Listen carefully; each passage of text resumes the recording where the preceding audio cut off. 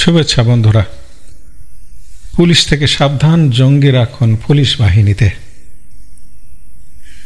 রাষ্ট্রের দায়িত্ব পালন করতে গিয়ে অনেক পুলিশ সদস্য জীবন দিয়েছেন, আহত হয়েছেন, যা ছিল অনাকাঙ্ক্ষিত।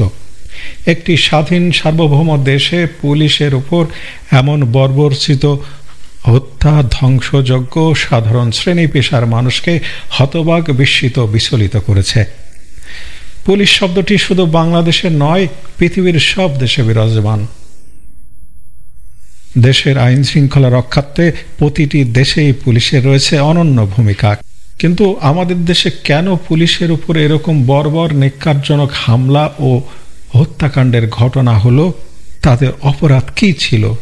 এ কেমন দেশ, এ কেমন নৃশংসতা, ভাবতে গা শিউরে ওঠে।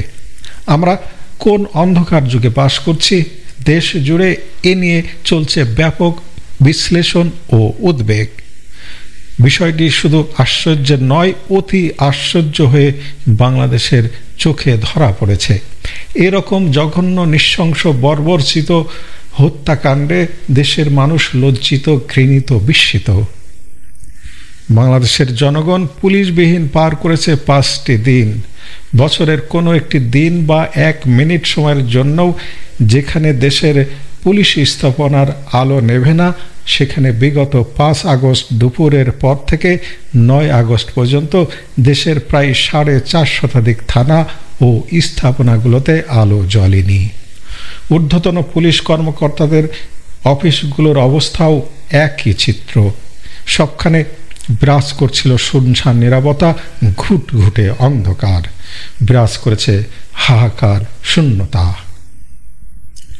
দেশের সব থানা ও স্থাপনাগুলোতে আলো জ্বলতে আর অনেক দিন লেগে গেল, তবু এ আলো খুবই ঝাপসা।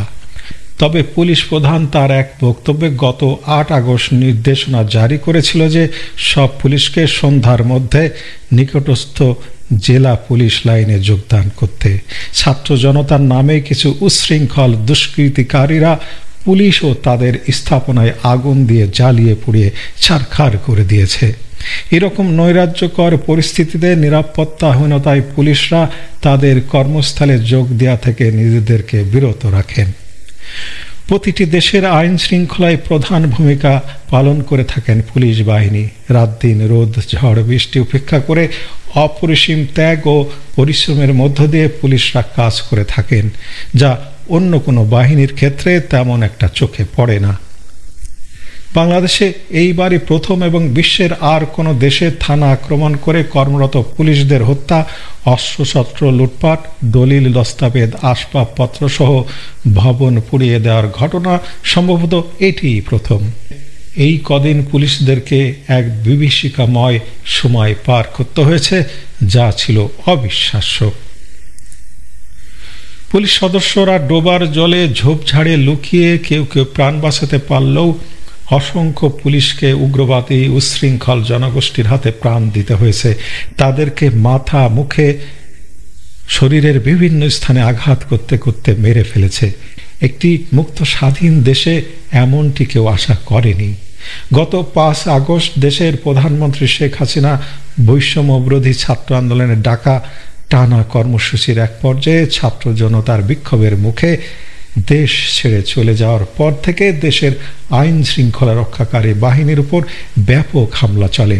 সেই থেকে পুলিশ স্থাপনায় আলোর বদলে ঘুটঘুটে অন্ধকারে নিমজ্জিত হয়। জনগণের নিরাপত্তার প্রধান আশ্রয়স্থল থানা পুলিশের উপর এমন হামলা ও হত্যাকাণ্ড যারা ঘটিয়েছে, তারা মানুষ নামের এক শ্রেণীর মানুষরূপী দানব।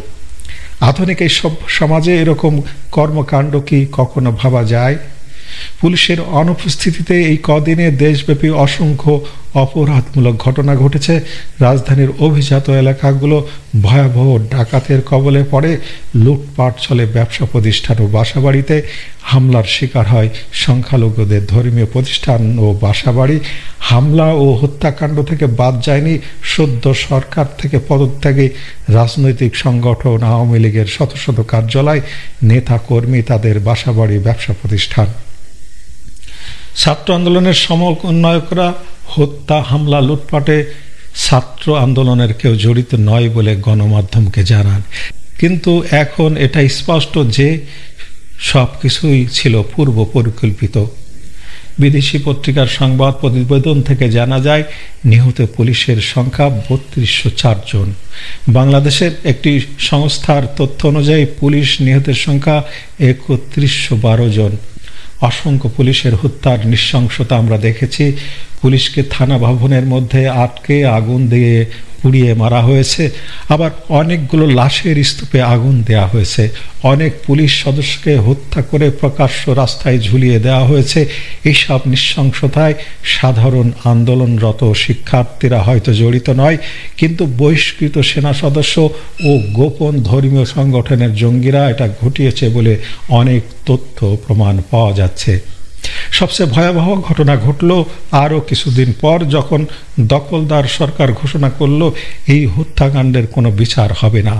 এরপর হয়তো কোনো কথা সাধারণ মানুষের বুক ছিঁড়ে বের হয়ে আসার কথা নয়, আমাদেরও কথা বলার ভাষা নেই। পুলিশ বাহিনীতে জঙ্গিদের অনুপ্রবেশ, গৃহযুদ্ধ অবশ্যম্ভাবী। পুলিশের গোপন সূত্র থেকে জানা যাচ্ছে যে থানায় ওসি থেকে এসআই পদ পর্যন্ত পূর্বের কেউ নেই। তাদেরকে অন্যান্য জায়গায় বদলি করা হয়েছে বা তাদের খবর কেউ জানে না।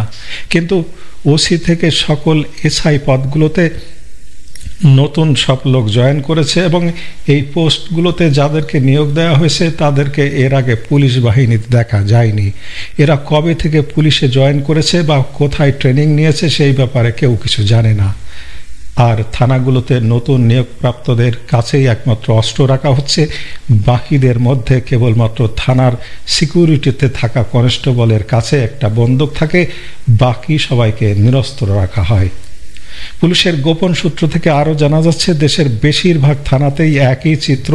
থানায় কর্মকর্তা পর্যায়ে প্রত্যেক পুলিশ অফিসার নতুন এবং অচেনা, যাদেরকে কেউ কোনোদিন আগে পুলিশ বাহিনীতে দেখেনি।